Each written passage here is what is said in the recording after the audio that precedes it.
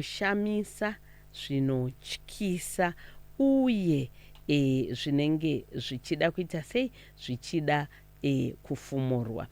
Right, chiregai tichipinda munyaya yedu yanhasi.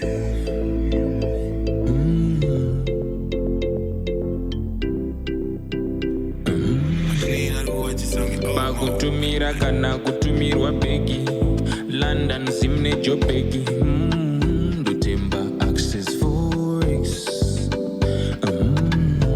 Access Forex bringing you closer to home. Alright, muchironga chedu chanhasi unoyu tina unonzi chiko Madzimai Tambu. Yes. Ai wakataurisa kana Madzimai Tambu. Madzimai Tambu, Tambu dzai. Right, tina Madzimai Tambu. Vauya na sekuru. Sekuru wangu Edmo. Alright, na sekuru Edi. Right. Vane dambudziko ravasangana naro muupenyu. Saka Madzimai Tambu, sekuru makadi yenyu ne? Vasimba makasimba. Aiwa tiri right, kuri seiko kwamabva? Kwatabva kuri nani. Anditika. Beautiful. Right. Madzimai Tambu, ndiri kuda kupai mukana ukaona munhu auya pano, pane zvinoyera, pane zvinoshamisa, pane zvinotyisa, pane zviri kuda kufumurwa zvinofanirwa kuita sei, kutaurwa. Saka toda kunzwisa kuti idambudziko rei rakusvitsai pano. Mochitanga kubva kwekutanga kwenyaya, anditika, kuti mborani makakura sei, kuti muzosvika pakutanga kusangana nedambudziko iri rakabva nekupi zvakafamba sei. Pano atitaure mazita evanhu, anditika. Right, Madzimai Tambu, chitiudza kuti zviri kufamba sei. Inini ndinonzi Tambu dzai chiuyu. Ndinobva Pangome, pamusha unonzi Wanzvenga. Pamusha apa amai vangu pandakaberekerwa. Amai vangu vakashaya. Vane 2 years vakashaya muna 2002 muna May. Okay. Ndasiwa pamusha apa ndagara Ko baba vakashayika, baba ndove kuBulawayo. Alright. Vanga vasiyana nababa asi takakurira musha mana asekuru. Alright. Ndo mandigere. Alright. Saka dambudziko randiri kusangana naro musha rakaoma tete. Ndiri kubaiwa pasi petsoka. Dambudziko Alright. Muri kubaiwa pasi petsoka sei nei? Netsono dziri kundibaya. Ndakadedza munhu akandibatsira. Right. Tsono dziri kukubayai, murunzwa muchibaiwa here? Ndichibaiwa pasi petsoka pese ndikangosvika. Ndiri somewhere handinyanyobayiwa asi ndikangosvika pamusha ndiri kubaiwa manheru handisi kurara ndinenge ndichibaiwa. Kumba ikoko kwamakasiyiwa namai? Pamba pandigere papo pane zvinhu zviri kundibaya, asi dzimwe dzacho itsono dzandakaona dzakabviswa nemumwe muprofita wandanga ndadedzwa kuti andibatsire. Alright. Izvi zvakatanga zvaita sei? Zvakagara zvakadaro here kana pane pazvakatanga? Alright. Totangira pakafa amai, kufa kwavo kwavakaita. Amai vakafa vachiti ndiri kubayiwawo, amai vangu. Amai pekupedzisira mashoko avo vakati ndabayiwa. Ndo mashoko avakatanga kupedzisira ndabayiwa. Vabayiwa kudaro amai vanoita 3 days ndobva vaendeswa kuhospital vatakurwa kune hama dzavo vaendeswa kuhospital. 3 days amai vangu ndobva vafa, havana kurwara. Vangoti ndabayiwa. Vakabayiwa pai? Vaiti ndabayiwa pamwoyo. Alright. Ndobva amai vangu vabva nda kuhospital 3 days amai vangu ndobva vashayika. Saka ini ndiri kufungidzira kuti zvinhu zvakabaya amai vangu ndo zviri kuita sei zvakundibayawo pamusha pandigere. Alright. Makamboenda kuchipatara here nai? Kuchipatara ndakaenda kakawanda. Hazvisi kuonekwa kana kuti chii zvese mapepsimira ndiri kuenda kuchipatara hakuna chiri kuonekwa. Inini pazvakatangira tete Tilder. Ndaenda kwaChikwana parodhi, ndamuka Makuseni ndaenda parodhi. Ndakakwira motikari yemwana wahanzvadzi yamai. Sataurizija? Ndakwira motikari iyoyo ndo pakatanga. Akakupai lift? Akandipa lift. Ndadzoka muchienda kumusika, ndinoita basa rekuhodha madomasi. Ndichitengesera pamusika parodhi. Saka ndikati ndabatsirwawo. Pandakadzoka ndo pandakatanga gumbo rangu kuita sei kupera simba, ndichidonha, ndichibayiwa, ndo pazvakatangira. Muri kuti pamakaburuka mumota? aiwa pandanga ndadzoka kumaketi ndakumba ndo pandakanzwa gumbo rangu hazvisirizvo zvandaisita mazese gumbo rangu ndakutoita se ndakupera simba saidhi rese riright ndakutodona handichafamba semafambiro akuna ndikunzwa kukakata ndichibaiwa ndichidona kapu nyange ndikabata kana preti kana chiri kungodona ndasaka ndandakudona ndobva ndati rega ndimboendawo kune vanhu vanobatsira ndobva ndapiwa phone number kuno vanondibatsira amwe anonzi madzibaba alright kwandakanobatsirwa ndakabviswa tsono 5 tsono dzaibviswa pagumbo rekuright dzamaiona here kana kuti mainzi tsinzinyai live munhu pasina kana chakabata maoko achitobata gumba mbuwa achitobvisa tsono dzichikwatara. Hapana chamakanwiswa here? Hapana chandakamwiswa kana attitude.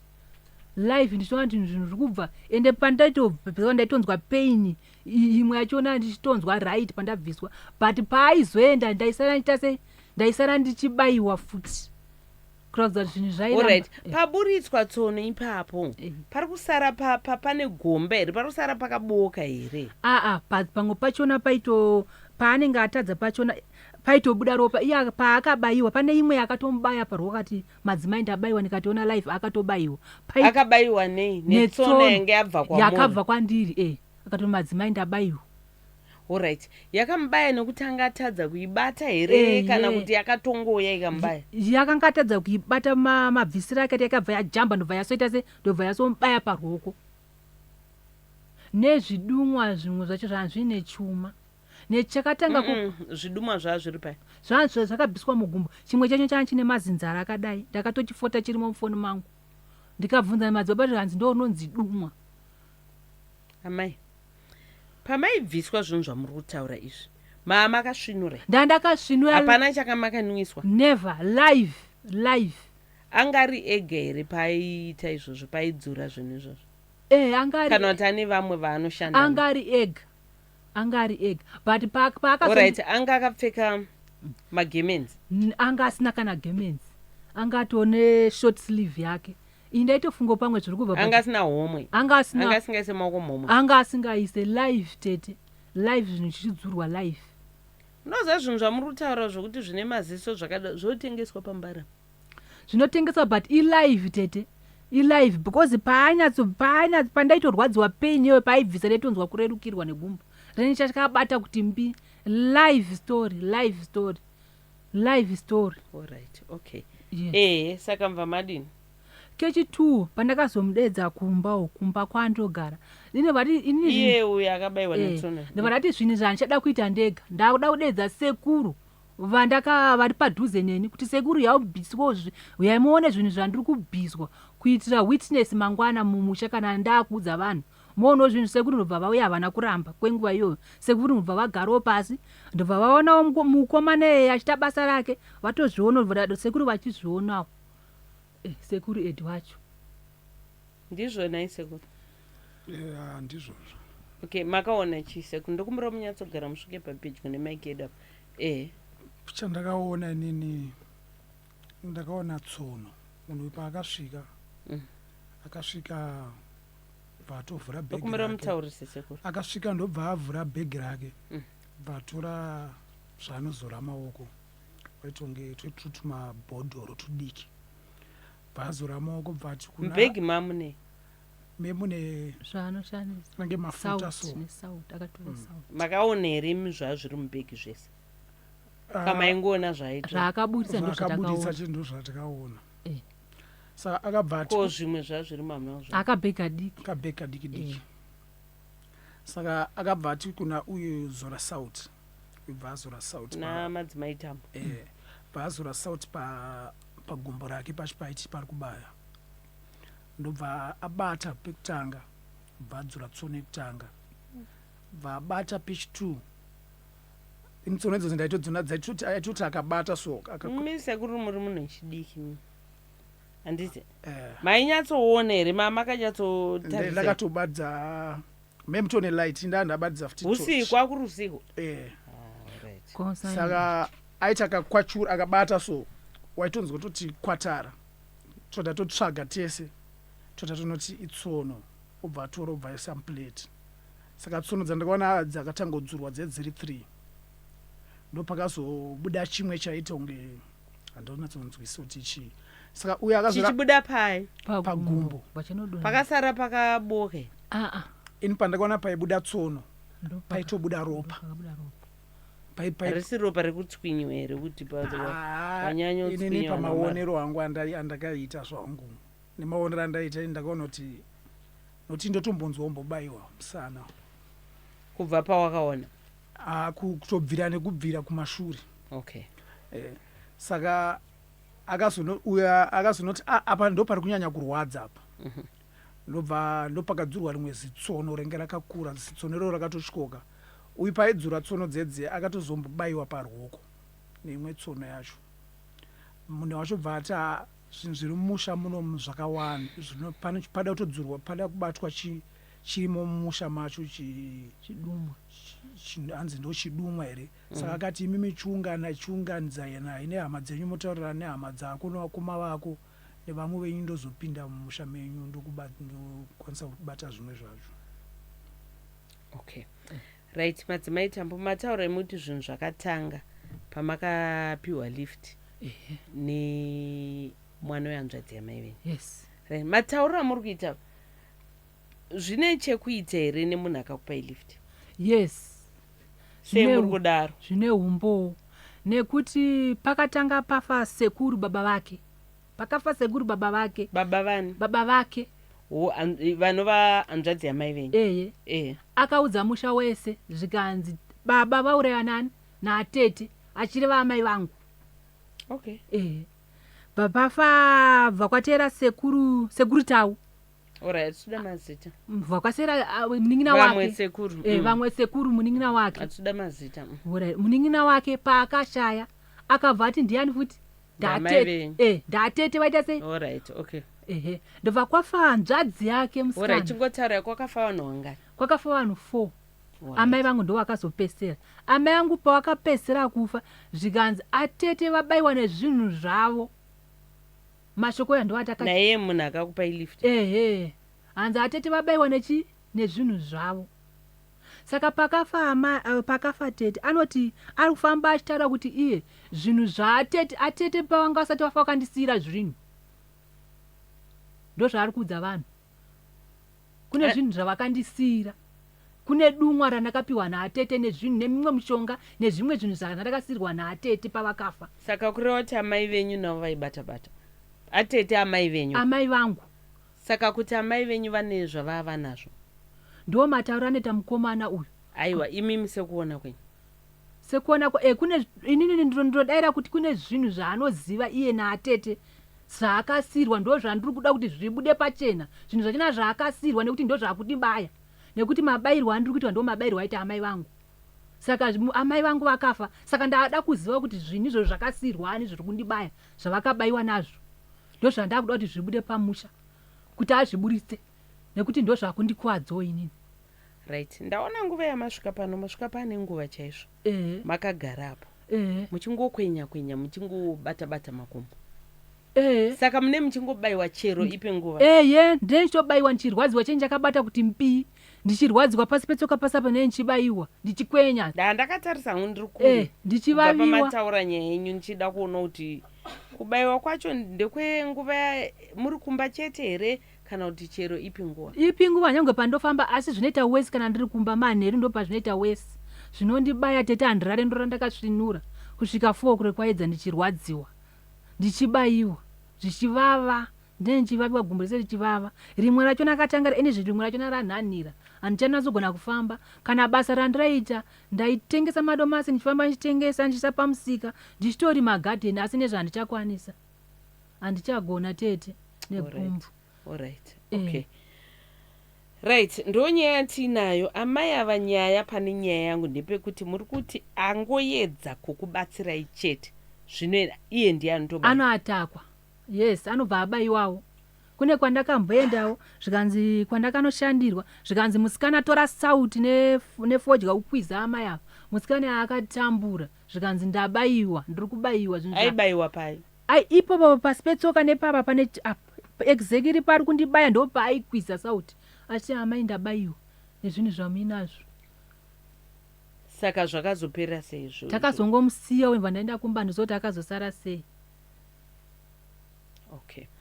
Saka muruda kuti chikumhuri yeZimbabwe apa ndiri kumboedza kubata ndofunga munhu uyu ka tisataure Madzimai.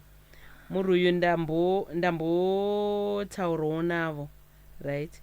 Ndambotaurawo navo ndichida masikati vachitsidira kuti chokwadi ndo zvakaitika chete kungoti vanga vachiti vari kure kwavanoshandira, asi ndiri kuona kuti runhare rwavo kutobatika kwacho runenge ruri kuita se runenge ruri kunetsa, asi tachida kuti chitinge tichizotaura navo tinzwe kuti chii chaizvo chakaita se chakaitika.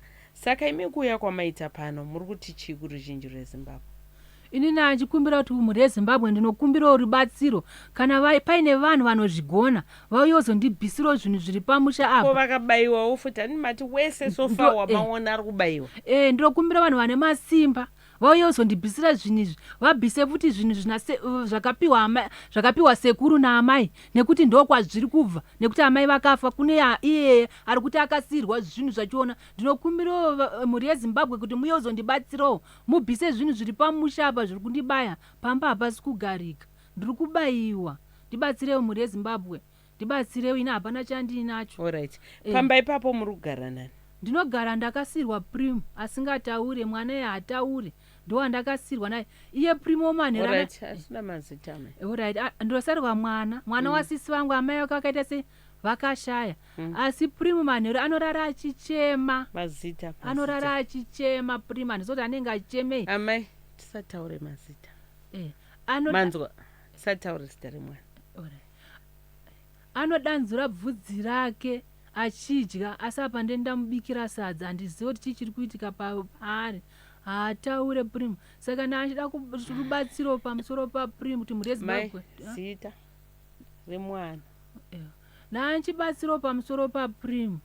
Ine zvinhu handichagona kushanda. Primo wandaishandira handichagona kushanda. Primo ngatiti mwana mwana wandinogara naye Primo haataure. Nanchikumbirawo rubatsiro pana Primo kana paine ane hembe kana bhutsu kana chiri chikafu chaicho chinotondinetsa, hapana kwandinochaona chikafu handichashanda. Nanchikumbirawo mhuri yeZimbabwe. Alright. Mwana uyu ane makore mangani? Ane 37, haana kana chitupa. Alright, ibobira mai imbopindirai zvandikutaura nditka ane 37 years, mwana sikana nditi. Alright, okay. Saka ndimuri kumuchengeta, muruda rubatsiro rwehembe mwana anorwara nditi. Right, paari kudambura vhudzi. Ari kungodambura rishomanana here, zviri kufamba sei? Magumbezi akarara 1 anenge achidya. Umweso mamuna bvunzo. Ndamona hangu hatisi kwanisa kuisa idu. Anenge achidambura achidya, achidambura achidya. Achidya, achitsenga chimedza. Right, mwana makamboenda naye kuchipatara? Kuchipatara. Achimbonotariswa kuongororo. Amai vangu vachiripo vapenyu vakambofamba naye. Okay. Vakambofamba naye. Akanzi, ndikuti kuchipatara mai. Kukliniki. Kwete kuchivanhu. Kwete kuchivanhu. Kukliniki. Akanzi chi kukliniki? Maresults ochana ndakwanzwa because ndachiri mudikiwo. Because akafambwa naye achiri mudiki. Okay. Saka iko zvoda muna kukwanisa kuenda naye kuchipatara. Ndofunga mukaenda naye kuchipatara hongu hatauri, kunzwa anonzwa. Alright, haakwanise kutaura asi kunzwa anonzwa.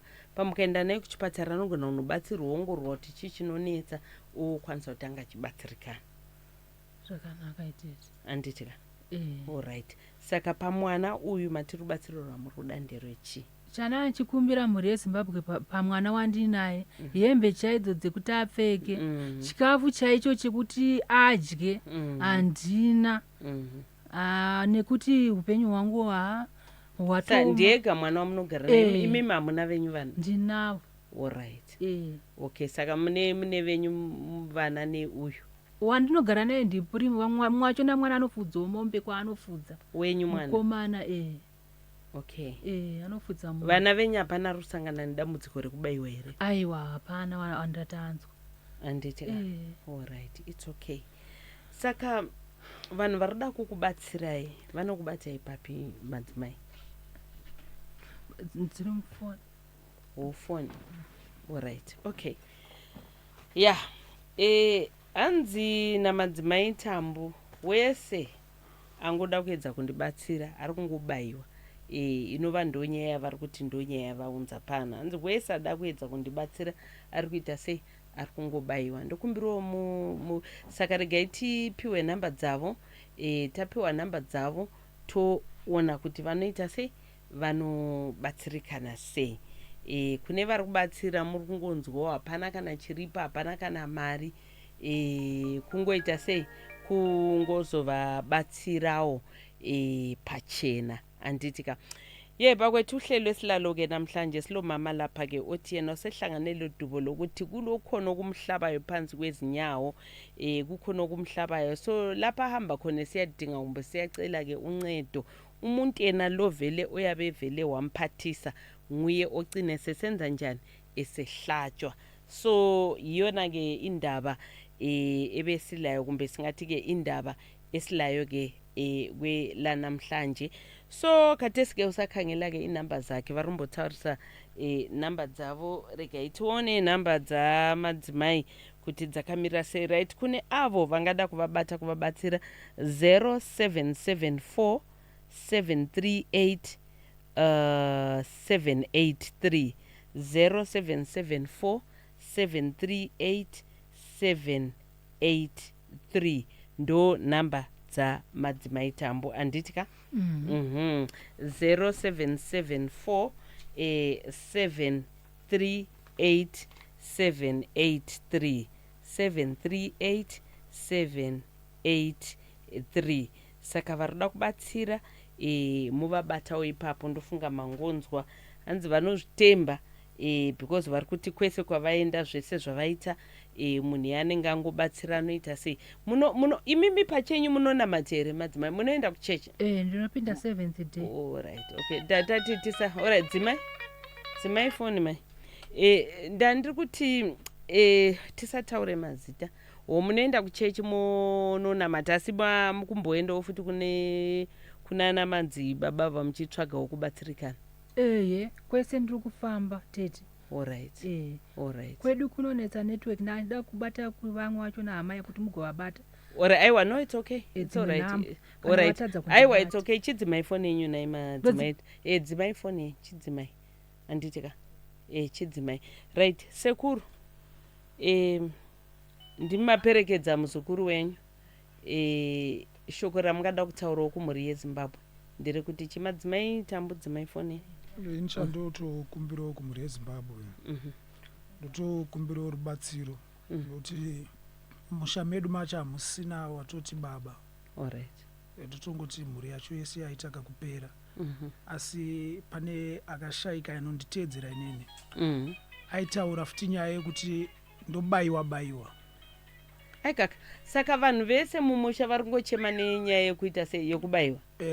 Kuti kana baba vangu pavakafa ndisipo ndakatoita zvekutouya ndine kwandaigara. Ndakatongonzwa chinzi vatobva pamba panapa vachiti ndikuenda kugadheni asi vatodzoka vatofa. Vaitongoti ndabayiwa. Okay. Saka pandakatoona uya akubuda tsono ndakatoti saka zvinenge zvakutobuda pachena zvekubaya vanhu vacho nekuti chikubaya vanhu vari kungoti tikubayiwa. Saka ndotokumbirawo rubatsiro kumhuri yeZimbabwe kuti ikwanise kutibatsirawo nekuti zvikuitika zvacho zvatondiremerawo. Saka ndakwanisa kuti muperekedzewo kuti dambudziko racho riri mumusha medu nokuti muzukuru. Alright. Saka mumusha medu ndo mukuitika ndo mutori nedambudziko iroro. Alright, okay. Aiwa sekuru tinoda ngokutendai maita inokuperekedza muzukuru.